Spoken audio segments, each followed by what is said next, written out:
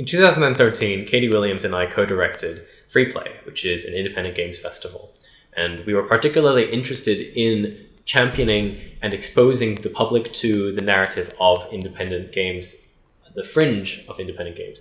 Freeplay was notable because there was, Steve Swink and Aaron Robinson, which was really great to have them. And I think the things that they talked about in their talk, so Aaron Robinson had a really personal talk that discussed the ways in which she was treated as a human being affected her work, and how she's placing this history of harassment and self-doubt and emotional vulnerability into her talk and into her games.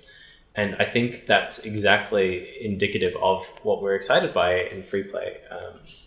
The opportunity for games to become, not to become because they already are, but to showcase the ways in which games are a medium of personal expression that go beyond a designed experience about guns.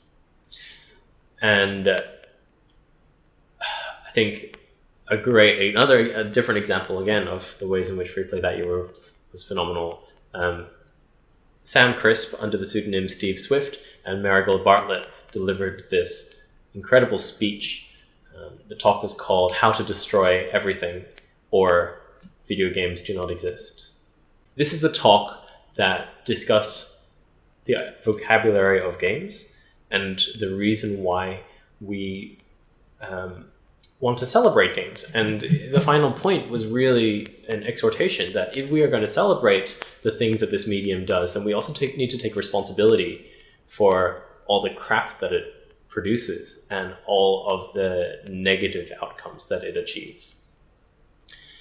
Indeed, any celebration of games needs to acknowledge that most of the things that we're celebrating now, particularly in the independent movement, don't come from games. I think that's because game culture is a bit shit. But, when you look at Cart Life or Gone Home, they argued in their talk, video games didn't do that.